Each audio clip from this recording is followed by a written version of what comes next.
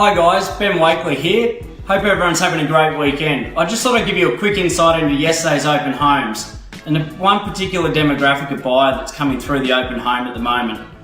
These are the people that currently own a home and may be looking to renovate or buy a new home.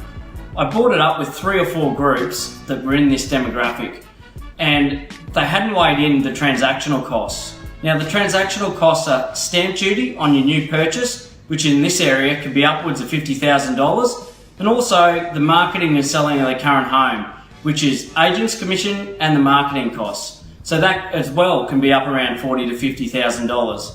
So there, just to move home, it costs them $100,000, which they could be spending on their renovation. So my advice to them was to maybe just stay where they are because they actually like where they live and do that renovation. The other thing to come out of yesterday's open home was a tip I gave to Ben Schluter, a friend of mine who came through an open house and asked for a few tips on how to bid at auction. I got a text late last night and he was successful in bidding.